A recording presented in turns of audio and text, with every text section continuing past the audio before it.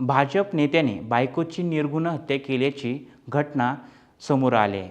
अनैतिक संबंधामध्ये त्याची पत्नी संजू सैनी अडथळा ठरत असल्याने तिला संपवण्यात आला आहे। भाजप नेते रोहित सैनी यांनी आधी घरामध्येच दरोडा पडल्याचा बनाव रचला। इतकंच नाही तर तो मृतदेहाशेजारी बसून आधी रडला। या घटनेने आजूबाजूच्या परिसरात एकच खळबळ उडाली। पोलिसांनी सुरुवातीला दरोडा पडल्याच्या अँगलने तपास सुरू केला, मात्र तो सतत आपलाच जबाब बदलत होता।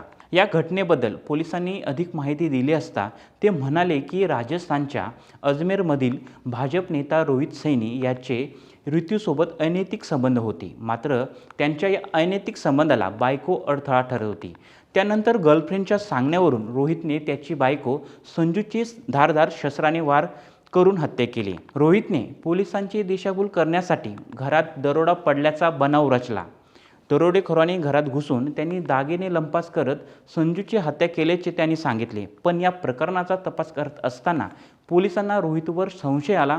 त्यांनी त्याची चौकशी केली तर तो सतत आपला जबाब बदलत होता। त्यानंतर पोलिसांनी त्याला खाकीचा धाक दाखवताच त्याने बायकोच्या खुनाची कबुली दिली। पोलिसांनी प्रथम रोहितला अटक केली आणि चौकशीत त्याने गुन्ह्याची कबुली देखील दिली आहे। त्यानंतर गर्लफ्रेंड ऋतूलाही अटक केली आहे।